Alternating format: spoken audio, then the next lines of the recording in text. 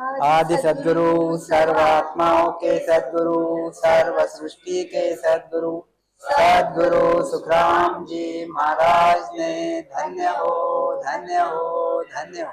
राम सभा में राम राम महाराज, राम राम साहब, प्रकाश भैया, भागवत भैया, सबको प्रणाम, सबको राम राम।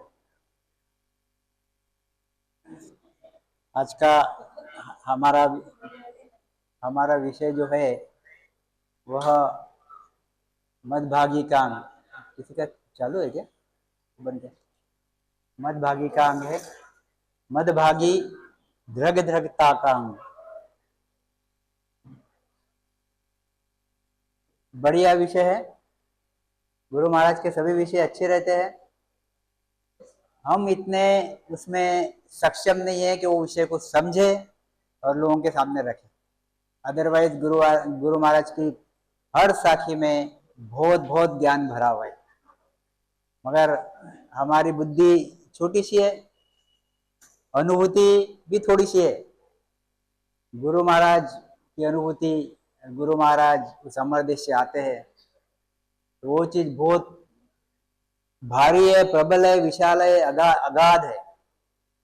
हमारी इतने से बुद्धि से हम बात करते हैं, समझाने की कोशिश करते हैं, तो काफी कुछ चीजें बहुत बढ़िया बढ़िया रहती, मुझे छूट जाती है समझाते समझाते, समझ नहीं रहती।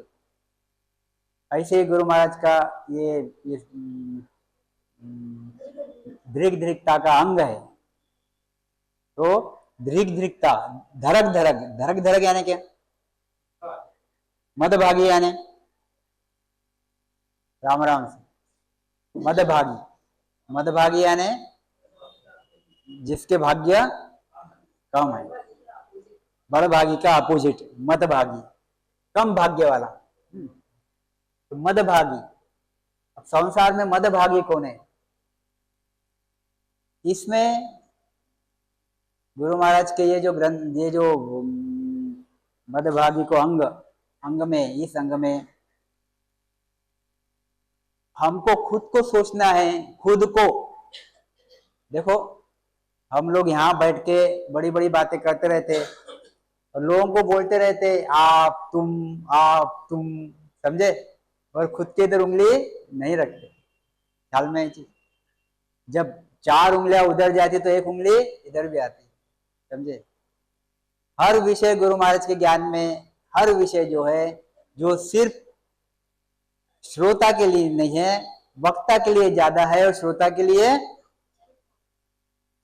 भी है, मगर वक्ता के लिए उतना ही ज्यादा है।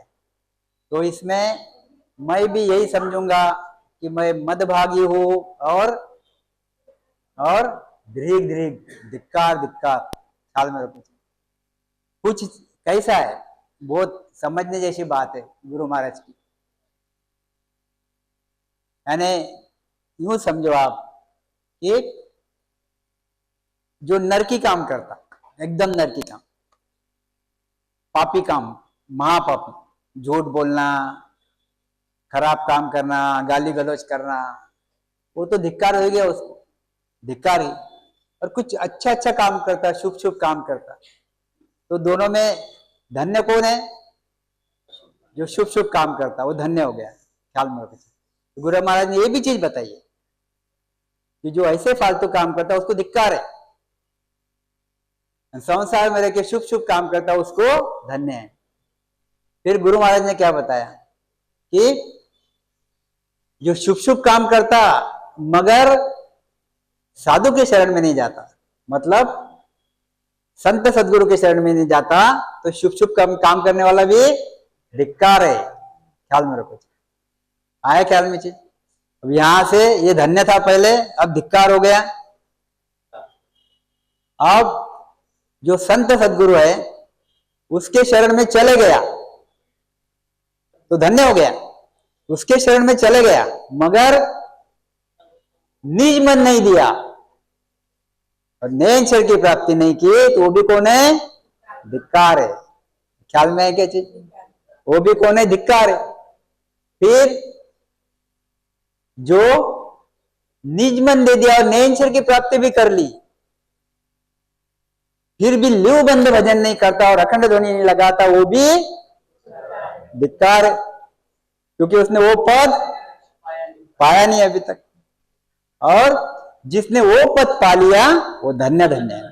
ख्याल में लो, आई ख्याल में। फिर वो पद पाने के बाद भी जो गुरु बोलते वैसा चलता नहीं, गुरु ज्ञान बोलते वैसा चलता नहीं, वो भी धिक्कार है। ख्याल में आई चीज। पूरे ग्रंथ का सार मैंने आपको ये लाइन में बता दिया, कंफ्यूजन होने की बात नहीं है। कैसा रहता विषय? हमारे एक टीचर थे, हाँ, मैथमेटिक्स के टीचर थे, मैथमेटिक्स पढ़ाते थे।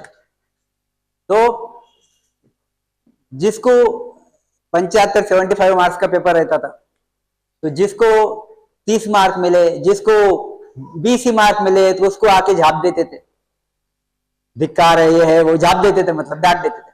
20 मार्क मिले, किसी को 30-35 मार्क मिले तो उसको थोड़ा सा सराहना करते थे, भाई अच्छा है, ठीक है, आगे बढ़। फिर ऐसे ही करते करते किसी को 50 मिलते थे, किसी को 60 मिलते थे, तो उसको धन्य धन्य बोलते थे। और 60 वाले के बाद 74 वाला रहता तो क्या बोलते थे? गुरुजी उसको देख, उसको 74 मिले, तेरे को तो 60 ही मिले। फिर धिक्कार कौन हुआ? 60 वाला धिक्कार हुआ। फिर 74 वालों को क्या बोलते थे? उसमें मैं एक था, आपको तारीफ तो नहीं करना चाहता हूँ, मगर मैं एक था उसमें। हाँ, मेरा मैथमेटिक्स बहुत स्ट्रांग था। अभी तो कैलकुलेटर आ गया है, ज्यादा भी मैथमेटिक्स का दिमाग लगाने नहीं पड़ता, क्योंकि सब घर वाले करते। बाकी मैं तो मैथमेटिक्स रियली जो बेरीज वजाबक ये सब चीज बहुत ही स्ट्रांग थी। यानी तुमको ऐसे ऐसे ये है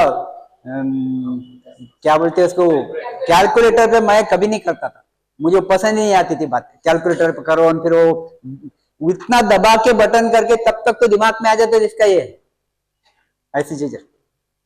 जब 75 का पेपर था, 75 का पेपर था, सर ने बुलाया मुझे, मुझे 74 मार्क्स मिले, 74 मार्क्स मिले, तो खुशी हो गया ना, अच्छा हुआ। 75 में 10वीं की बात है, 74 मार्क्स मिले। वो प्रिलिमिनरी ये रहती, एग्जाम रहती, तब 74 यानी तो खुश हो जाता ना एकदम, मतलब चलो सर बढ़िया तारीफ करेंगे, वो थोड़ा सा अच्छा बोलेंगे। जैसे ही सर के पास गया, सर ने पकड़ा जो झापा पकड़ के, दनादन दनादन, ये वो पढ़ाई नहीं करते, ये नहीं करते। बोले यार 74 मार्क्स मिले तो भी पढ़ाई नहीं करते। बोले सर, बोले तुम 75 के कैंडिडेट हो, तुम 74 मिले। बोले ख्याल में रखो, तुमको 1 मार्क कम मिला। बोले अगले वक्त से ऐसा नहीं होना चाहिए, 10वीं में हमको 75 आउट ऑफ 75 चाहिए। फिर हम 74 वाले धिक्कार हुए कि नहीं हुए?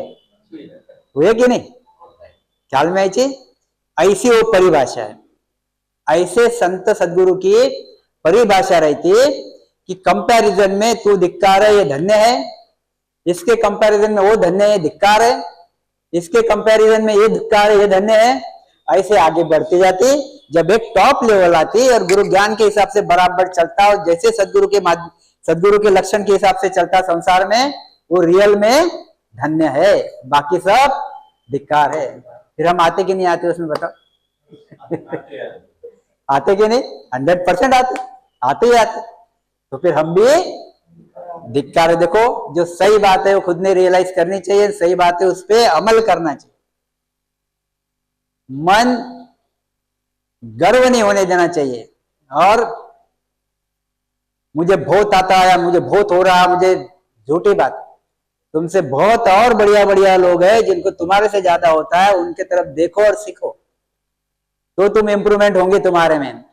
तुम अगर अपना कवच लगा के बैठ जाओगे, नहीं मैं जो वो परिपूर्ण हूं, इसके आगे कुछ भी नहीं है, तो बात गलत है। ये जो गुरु महाराज के जो वचन रहते हैं, वो वचन तुमको समझाने के लिए, ज्ञान देने के लिए, सही ट्रैक पे लाने के लिए और ऊंचे से ऊंचा बनाने के लिए ये वचन रहते। तो हमने और मैक्सिमम कितना अच्छा बन सके उसकी कोशिश करनी चाहिए, समझे? तो आज सभी लोग हम 100% धिक्कार के पात्र है, पर कौन से लेवल पे हम धिक्कार के पात्र हैं, जिसके आगे हमको धन्य होने के लिए क्या करना है, इतना खाली हमको देखना है। ख्याल में ये चीज, और उसमें हमारा सुधार करके वो जो धन्य का पात्र है वहां तक हमको पहुंचना है। यही, बाकी तो संसार तो धिक्कार ही है गुरु महाराज के नजर में, और सही बात है, वो तो हमारे नजर में भी है, वो विषय नहीं है। क्यों धिक्कार है देखो आगे कैसा बोलेंगे। इसमें बिल्कुल बुरा लगने की जरूरत नहीं है, इस चीज को समझने की जरूरत है। गुरु महाराज के ज्ञान को समझने की जरूरत है, क्योंकि गुरु महाराज का ज्ञान बताता है कि आत्मा परमात्मा में मिलने को आई है। जो आत्मा परमात्मा में, जो जो मनुष्य शरीर है, इसमें आत्मा बैठी है। मनुष्य शरीर आया काय के लिए? ये आत्मा को परमात्मा में मिलाने के लिए मनुष्य शरीर आया। अगर ये काम अगर मनुष्य शरीर नहीं कर रहा है तो धिक्कार है। ये काम छोड़ के बाकी वो कितने भी बड़े बड़े काम कर रहा हो, तो भी वो कौन है? धिक्कार है। ख्याल में है। अब ये संसार के लोगों को अगर बोलेंगे, कोई अगर देखा था डॉक्टर है, कोई इंजीनियर है, उसको बोलेंगे यार तू ये क्या काम कर रहा है, राम राम नहीं करता, तुझे धिक्कार है। तू भलाई कितने बड़े बड़े ऑपरेशन कर, तुझे धिक्कार है। वो तो नीचे से ऊपर तक गर्म हो जाएगा, चिढ़ जाएगा, बराबर है, क्योंकि उसका नॉलेज नहीं है उसको। क्यों धिक्कार बोले गया है। और जिसको इसका नॉलेज रहेगा वो तो फट करके एक्सेप्ट कर लेंगे, हाँ यार मैं तो परमात्मा की भक्ति नहीं करता हूं, तो ये क्या फायदा है इसका, मैं तो धिक्कार है, मुझे एक्सेप्ट कर लेगा, मान लेगा। बट जिसको इसका नॉलेज ही नहीं है परमात्मा की भक्ति का, वो मानेगा नहीं, उल्टा गर्म हो जाएगा, नाराज हो जाएगा। इसलिए गुरु महाराज की भक्ति में, गुरु महाराज के ग्रंथ में बहुत सी ऐसी चीजें रहती है, ऐसी चीजें है कि जो लोगों को बुरी लगती है। जब ज्ञान देते हैं, ज्ञान बोलते हैं, उसमें चीजें आती है, जब जनरलाइज सत्संग चलते रहते उसमें वो चीजें आते रहती, तो लोगों को बहुत बुरी लगती। अब बुरी लगती बात तो सच्ची है, बहुत बुरी लगती, क्योंकि वो रात दिन उसमें पड़ा है, इसलिए बुरी लगती। और ये बात ऊंची बता रहा, ये सही बता रहा, मगर इसको बुरी लग रही क्योंकि रात दिन इसमें पड़ा हुआ है। समझने की कोशिश नहीं करता कि ये क्या बोल रहे हैं और मैंने ऐसा बनना चाहिए। उदाहरण के लिए बताता हूं मैं, जैसे हमारे बच्चे रहते, छोटे बच्चे है ना, और एक खुशहाल लड़का रहता, कोई भी समझो, उस लड़के के बारे में उसका गुणगान चलते रहता। हम भी बच्चों को बोलते देखो कितना होशियार है, गिरा से सीख, तो ये नाराज हो जाता, मैं क्या कम हूं, मुझे तो ये भी आता, मुझे तो ऐसा भी आता, मुझे तो वैसा भी आता, ये भी आता, नाराज हो जाता। ख्याल में घर की बातें रहती है, हमारे घर में डे टू डे लाइफ में देख लो आप।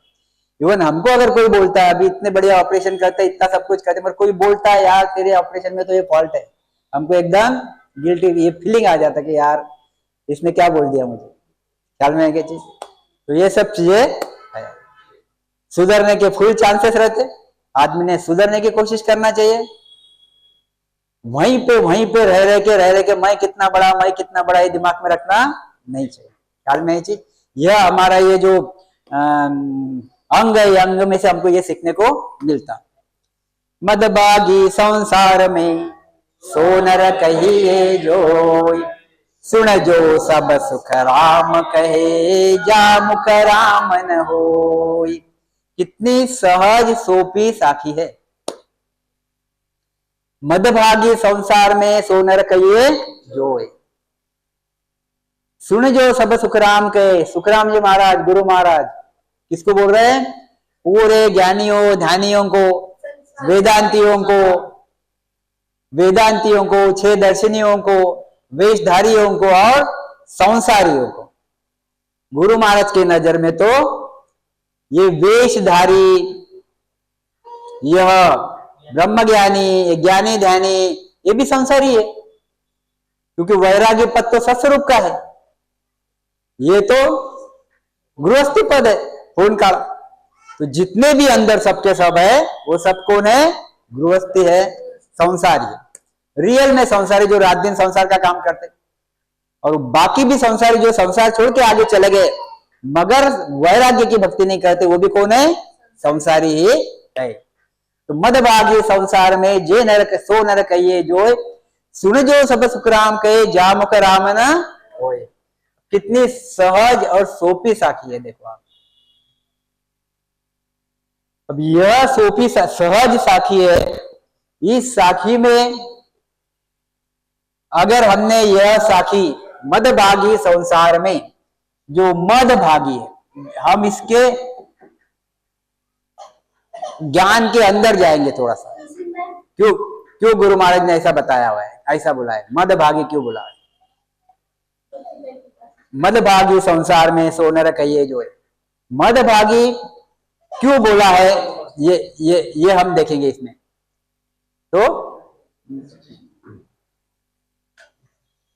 यह मदभागी, मदभागी यानी क्या, ये तो ख्याल में आ गया ना। मदभागी कम नसीबी, कम नसीबी, कम नसीबी तो भी ठीक है, मगर कम नसीबी से ज्यादा बदनसीब, बदनसीब, ठीक है। यानी और क्या अच्छा शब्द बोलेंगे इसके लिए, मदभागी के लिए, उसके भाग्य, भाग्यहीन, भाग्यहीन भी बोल सकेंगे हम, ठीक है, भाग्यहीन। अनलकी, अनलकी भी नहीं बोलेंगे इसको, अभागी, अभागी, अभागी, हाँ अभागी। तो मदभागी संसार में सो नर कहिए जो है। अभी देखो आप कैसी बात है, यह पूरा विषय क्या है, इसलिए मैं ये विषय ले रहा हूं, आप लोगों को सभी को पता है, मगर ये जो वीडियोस रहते हैं साधारण लोग भी सुन लेते हैं। अगर तुम सामने विषय बराबर रखो नहीं तो वह बुरा मान जाते हैं, ख्याल में रखो जी। मदभागी क्यों कहा हुआ है, मदभागी क्योंकि संसार के लोग भी तो वीडियो सुनते रहते हैं, कोई ना कोई सुनता है। जैसे हम बाकी के लोगों के वीडियो सुनते, वैसे हमारे भी वीडियो संसार के लोग सुनते हैं। तो सुनते तो उसमें से फिर अपना मत अलग बना देते और बुरा मान जाते। तो हमको उसको खोल के बताना है कि क्यों गुरु महाराज ने मदभागी कहा हुआ है। तो मदभागी संसार में सो नर कहिए जोई, सो नर कहिए जो। अब कितने नर है संसार में, यह ज्ञानी, ध्यानी, वेदांती, ब्रह्मज्ञानी और छह दर्शनी, पंडित, ये सब कौन हो गए, ये भक्ति करने वाले नर हो गए, भक्ति करने वाले नर हो गए।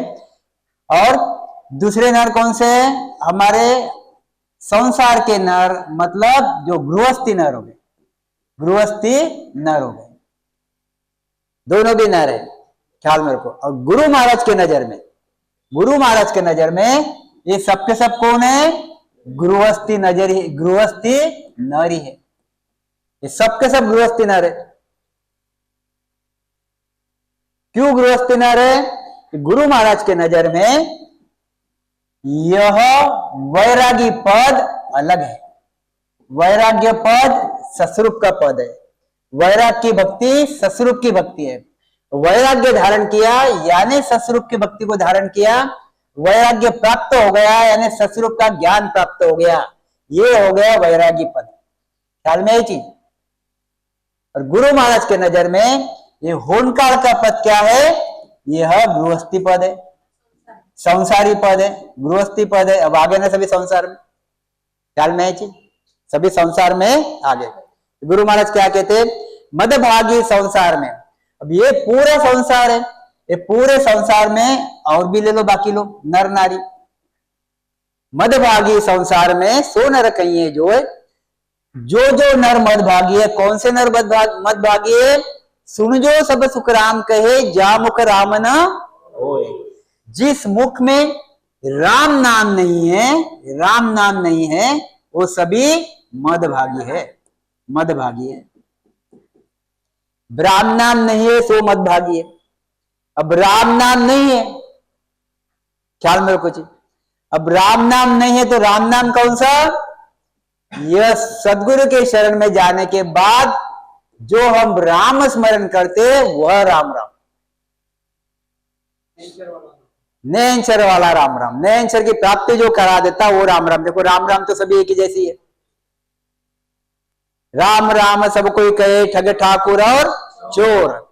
जिस राम से मोक्ष मिले वो राम है और कुछ और। तो राम राम कौन सा है, तो राम स्मरण करोगे, सदगुरु के शरण में जाओगे और निज मन से राम राम करोगे, उस परमात्मा को समझोगे, परमात्मा से प्रीति करोगे, उस तत्व से, उस सस्वरूप परमात्मा के तत्व से प्रीति करोगे और राम राम करते करते उस सस्वरूप परमात्मा से एक निष्ठ हो जाओगे, तो आप में उस ससुर परमात्मा की कुदरत कला की मेहर होगी और आप में वो नए अक्षर की प्राप्ति होगी। गुरु महाराज क्या कहते कबीर जी, शब्द शब्द में बहुत ही अंतरो, शब्द शब्द में बहुत ही अंतरो, सार शब्द रट लीजे रे हंसा, सार शब्द रट लीजे रे हंसा, शब्द साधना कीजिए, शब्द साधना कीजिए रे हंसा, शब्द साधना कीजिए। और जिनरे शब्द सो नेंचर प्रकट है, सो ही शब्द रट लीजिए। अब नेंचर किससे प्रकट होता? राम राम से, राम राम शब्द से। अब राम राम शब्द से नेंचर प्रकट होता तो फिर गुरु महाराज ने क्या बोला कि खाली राम राम करेगा तो नेंचर प्रकट होता नहीं। फिर नेंचर कब कब प्रकट होता? तुझे सदगुरु की शरण में जाना पड़ेगा, जिसके नेंचर जिनके पास है। और सदगुरु के शरण में जाने के बाद निज मन से तू जब राम राम करेगा और वो राम राम से तेरी प्रीति सदगुरु से होगी, यानी उस सत्स्वरूप परमात्मा की कुदरत कला से होगी, तो कुदरत कला की मेहर तेरे पे होगी और तेरे घट में नेंचर प्राप्त होगा। ख्याल में है जी? फिर भी राम नाम करने वाले धन्य है। भले ही सदगुरु के शरण में नहीं गए हो, कंपैरिजन में, तुलना में, भले ही सदगुरु के शरण में नहीं गए हो तो भी राम राम करने वाले धन्य है। राम राम, राम शब्द, रकार मकार, राम नाम, राम राम धन्य इसलिए है कि राम राम से कर्म कट्टे, कुछ न कुछ कर्म कट्टे रहेंगे, कर्म कट्टे रहेंगे, कर्म कट्टे रहेंगे, कर्म कट्टे रहेंगे, कर्म कट्टे रहेंगे। एक दिन कभी न कभी वो भी धीरे धीरे मोक्ष में जाएगा, बाकी के विधियों के जैसा। मगर जब तक सदगुरु के शरण में नहीं आते तुमको नेंचर की प्राप्ति नहीं होती, और नेंचर की प्राप्ति नहीं हुई तो 10 द्वार फुटाने, और 10 द्वार फुटाने तो उस अमर देश में जाया जाता नहीं। तो नेंचर सदगुरु के साथ राम राम शरण में राम राम, गुरु महाराज ने लिखा है के सुख राम शरण हर तेरी, के सुख राम शरण हर तेरी, ऐसी मोय बताई, भजन की आसु कर्म कटेला, भजन की आसु कर्म कटेला, कटे पलक के माही। क्या कहते गुरु महाराज कि, क्या कहते गुरु महाराज कि के सुखराम शरण हर तेरी, ऐसी मोह बताई। गुरु महाराज कहते हैं परमात्मा तेरी शरण मुझे ऐसी बताई गई। किसने बताई? सदगुरु ने बताई। गुरु महाराज बोल रहे हैं कि मुझे ऐसी तेरी शरण बताई। कैसे बताई? कि संसार के तो लोग कहते हैं कि भजन किया सो कर्म कटेला, वो तो पूरा जग जानता है कि राम राम करने से कर्म कट्टे, राम राम करने से कर्म कट्टे, उल्टा नाम जपत के जाना, वाल्मीकि हुआ ब्रह्म समाना। उसने भी अपने कर्म काटे और महर्षि बन गया। ख्याल में लाओ जी, मोक्ष में गया क्या? मोक्ष में नहीं गया, कर्म काटे महर्षि बन गया। ख्याल में रखो जी, उल्टा नाम जपत के जाना, माल वाल्मीकि हुआ ब्रह्म समाना। तो इसने भी अपने कर्म काटे। मगर के सुखराम शरण हर तेरी, ऐसी मोह बताई, भजन किया सो कर्म कटेला। राम राम करने से तो 100% कर्म कटेंगे, मतलब कटते रहेंगे, मगर कटे पलक के माई। पर तेरे शरण में जब आते हैं हम तो कर्म कैसे कट जाते? पलक में कट जाते। हर का शरण है किसका शरण? हर का शरण, हर का शरण परमात्मा का शरण है। किसका शरण? सदगुरु का शरण। मतलब सदगुरु के शरण में अगर तुम आओगे तो तुम्हारे कर्म कैसे कट जाएंगे? पलक में कट जाएंगे। अल्टीमेटली आत्मा का गोल क्या है? आत्मा कब परमात्मा में मिलेगा? जो वो निकर्मी बन जाएगा, जो माया रहित हो जाएगा। अभी किसके घेरे में है वो? अभी वो माया और ब्रह्म के सत्ता के घेरे में है। माया के घेरे में और ब्रह्म के सत्ता के घेरे में।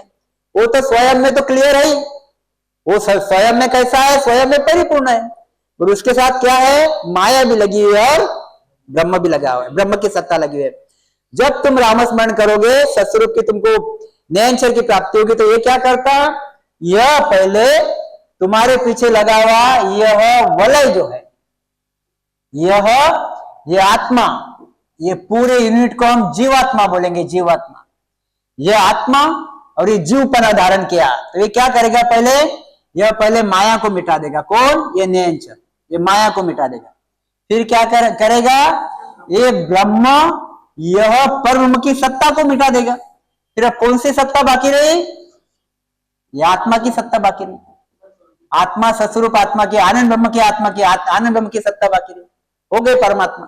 कितना सोपा काम है, कितना सोपा काम है, कितना इजी काम है। तो ऐसी सत्ता आपकी हो गई। यानी आप कौन हो गए? आप जिस काम के लिए आए थे, ये मनुष्य शरीर में, ये जीवात्मा को रियल में आनंद ब्रह्मी आत्मा बनाना है, आनंद ब्रह्मी आत्मा बनाना है। इसके लिए आप आए थे। ख्याल में आई चीज? वो सब आगे आएगा, बहुत बढ़िया बढ़िया आएगा, ये देखना, बहुत बढ़िया बढ़िया आएगा। तो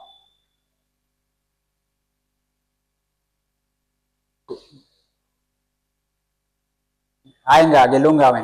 अच्छा है, उसको तभी लेंगे हम, मध्यभागी संसार में। तो गुरु महाराज क्या कहते हैं कि देखो, अभी यह मनुष्य शरीर मिला काय की वजह से, काय के लिए? यह आत्मा को परमात्मा में मिलाने के लिए। ठीक है, मनुष्य शरीर मिलता कितने दिनों बाद? भटकत नीट मिल्यो है, मानव तन अवतारा, सुरपत देव सकल सोई बंचे, मिले न दूजी बारा। कितना भटकते मिला? 84 लाख यूनियन, सिर्फ 84 लाख यूनियन भटका क्या? नहीं, यहाँ पे अभी जो मनुष्य शरीर है, ये शरीर छूटने के बाद वह देवी देवताओं के देश में जाता। काय के लिए जाता? वह स्वर्ग के पुण्य कर्म भोगने के लिए। जो देवी देवताओं की भक्ति कर लेता यहाँ पे मनुष्य शरीर में, फिर देवी देवताओं के पुण्य भोगने जाता। कोई विष्णु भगवान की सेवा कर लेता, वैकुंठ की सेवा कर लेता, तो विष्णु के देश में जाता, वैकुंठ में, वहां पे युगों तक वो कर्म भोगता। फिर कोई शिव जी के देश में आता, जिन्होंने शिव शिव बोला हुआ है, ओम नमः शिवाय बोला है, तो शिव जी के शरण में आते, शिव जी के देश में आता, कैलाश में जाता, वहां पे वापस पुण्य कर्म भोगता। और फिर ब्रह्मा जी के देश में आता, शक्ति के देश में आता। अभी जहां जहां की टिकट उसने निकाली, करेंसी जमा की, वो सब करेंसी वहां पे वो भोगता, खर्चा करता। ख्याल में? उसके बाद में फिर कहां आता? पाप भोगने के लिए। कहां आता? नरक में आता। फिर वापस कुत्ता, बिल्ली, गाय, ढोर बनता 84 लाख योनियों में, जन्म मरण में 84 लाख योनियों में कुत्ता, बिल्ली, गाय, ढोर बनता। मतलब कितने युगों तक उसको मनुष्य शरीर मिला? बाद में युगों के बाद मनुष्य शरीर मिला। अब ये मनुष्य शरीर मिला काय के लिए? कि ये आत्मा को परमात्मा की प्राप्ति करवाने के लिए ये मनुष्य शरीर मिला। ये आत्मा को वैकुंठ में भेजने के लिए मनुष्य शरीर मिला क्या? या फिर शंकर भगवान के देश में, कैलाश में भेजने के लिए मिला क्या? या फिर देवी देवताओं के स्वर्ग में भेजने के लिए मिला क्या? उनके लिए मिला नहीं। मिला काय के लिए?